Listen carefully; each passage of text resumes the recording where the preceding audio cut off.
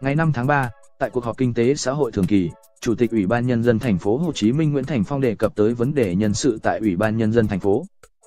Ủy ban Nhân dân thành phố Hồ Chí Minh đang thiếu 2 phó chủ tịch sau khi bà Nguyễn Thị Thu từ trần và ông Lê Văn Khoa xin nghỉ việc vì lý do sức khỏe. Bên cạnh đó, một phó chủ tịch Ủy ban Nhân dân khác là ông Huỳnh Cách Mạng bị bệnh phải điều trị ở bệnh viện và được xuất viện. Cuộc họp thường kỳ về kinh tế xã hội vào ngày 5 tháng 3. Hiện Ủy ban chỉ còn 3 lãnh đạo trực tiếp điều hành công việc. Ngoài ông Phong có Phó Chủ tịch Thường trực Lê Thanh Liêm và Phó Chủ tịch Trần Vĩnh Tuyến. 2 vị Phó Chủ tịch hiện tại phải kiêm công việc của 5 Phó Chủ tịch trước đây. Bên cạnh đó, thành phố cũng đang khuyết vị trí Giám đốc Sở Giao thông Vận tải, do ông Bùi Xuân Cường được điều động sang làm trưởng ban quản lý đường sắt đô thị. Tương tự, Giám đốc Sở Kế hoạch và Đầu tư Sử Ngọc Anh về làm bí thư quận Gò Vấp. 2 sở này đang được điều hành bởi Phó Giám đốc.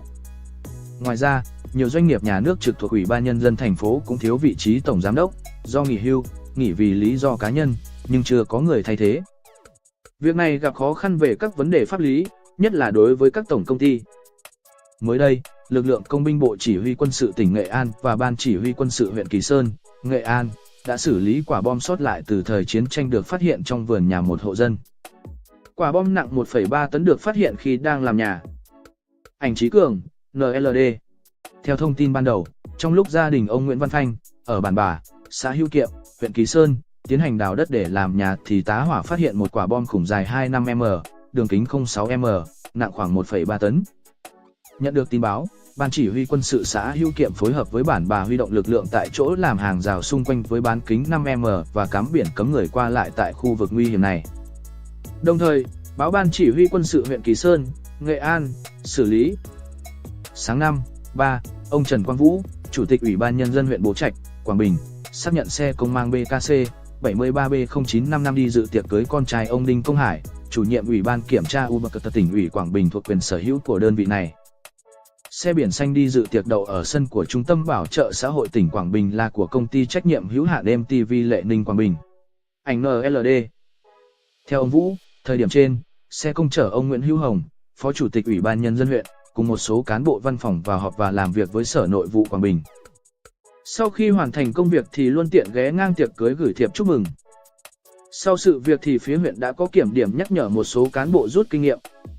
Còn ông Lê Nam Giang, Chủ tịch Ủy ban Nhân dân huyện Tuyên Hóa, cũng xác nhận xe công BKC 73A00007 là của Văn phòng Hội đồng Nhân dân và Ủy ban Nhân dân huyện, nhưng ông này phủ nhận việc cán bộ sử dụng xe công đi dự tiệc cưới. Ông Giang cho biết ngày hôm đó, lái xe chở ông Hồ Vũ Thường, Phó Chủ tịch Ủy ban Nhân dân huyện, đi vào dự 2 hội nghị của tỉnh và cho rằng chắc lái xe đi đến dừng đậu gần đám cưới thôi chứ không chở anh Thường đi. Ngoài 2 xe công biển xanh của Ủy ban Nhân dân huyện Bố Trạch và huyện Tuyên Hóa thì còn có nhiều xe công khác có mặt đưa đón sếp dự tiệc cưới như xe BKC 73B0863, đơn vị đăng ký là Ban Quản lý Dự án Khu vực chuyên ngành Giao thông Vận tải, xe mang BKC 73M00047 của công ty trách nhiệm hữu hạn MTV Lệ Ninh Quảng Bình. Trước đó, khoảng 11 giờ ngày 28 tháng 2, tại trung tâm hội nghị tiệc cưới Tân Trường Xanh diễn ra đám cưới của con trai ông Đinh Công Hải, chủ nhiệm UBC tỉnh ủy Quảng Bình. Lúc này, nhiều xe ô tô của khách tham dự đậu kín khuôn viên nhà hàng, mướn sân của Trung tâm Bảo trợ xã hội tỉnh để đậu, rồi tràn ra chật kín hai bên lề đường. Xen lẫn với nhiều ô tô hạng sang biển trắng là nhiều xe công biển xanh của một số cơ quan, tổ chức, đơn vị trên tỉnh Quảng Bình đưa đón sếp đến dự tiệc trông rất phản cảm. Sự việc trên khiến nhiều người chứng kiến bức xúc. Thầy cúng chém 4 người thương vong ở Nam Định chuyển viện lên Hà Nội liên quan đến vụ thầy cúng truy sát cả gia đình hàng xóm ở Nam Định. Ngày 5 tháng 3, đại diện Công an tỉnh Nam Định cho biết, Trịnh Viết Ba, SN 1967, hộ khẩu ở phường Cửa Bắc, thành phố Nam Định, tỉnh Nam Định, hành nghề thầy cúng và là nghi phạm gây ra vụ việc đã qua cơn nguy kịch. Nói về thông tin có hay không cồn hoặc chất ma túy trong máu đối tượng, đại diện Công an tỉnh Nam Định cho biết, chưa có kết quả xét nghiệm máu của Trịnh Viết Ba. Qua đó, cơ quan điều tra chưa thể xác định đối tượng đã sử dụng rượu bia hoặc ma túy trước khi gây án. Thông tin ban đầu, khoảng 4 giờ sáng 4/3, do mâu thuẫn từ trước, Trịnh Viết Ba, trú tại ngõ 25 Hoàng Hoa Thám, phường Ngô Quyền, thành phố Nam Định, hành nghề thầy cúng đã cầm dao sang nhà ông Được, SN 1940, hàng xóm. Tại đây, Ba đã chém gục bà Mai, SN 1945, vợ ông Được, và chị Dung, SN 1977, còn dâu ông Được. Ông Được đang ngủ, nghe tiếng hét của vợ nên tỉnh dậy ra ngoài cũng bị chém vào đầu, bất tỉnh. Anh Thắng, SN 1974, con trai ông được, bỏ chạy bị đối tượng đuổi theo đâm thương tích ở đùi. Gây án xong, Trịnh Viết Ba quay vào nhà dùng dao cứa cổ tự sát nhưng không chết. Bước đầu, cơ quan điều tra xác định nguyên nhân do Trịnh Viết Ba nghi ngờ ông được bỏ đùa mình nên đã dùng dao truy sát cả nhà hàng xóm. Sự thật thông tin sản phụ vừa sinh được một ngày bị yêu dâu xanh cưỡng bức. Đại diện lãnh đạo Bệnh viện Đa khoa Thanh Bình, Đồng Tháp, khẳng định thông tin sản phụ mới sinh được một ngày bị yêu dâu xanh tấn công với ý định hiếp dâm trong nhà vệ sinh là không đúng sự thật. Theo lãnh đạo Bệnh viện Đa khoa Thanh Bình, sự việc xảy ra vào tối 3.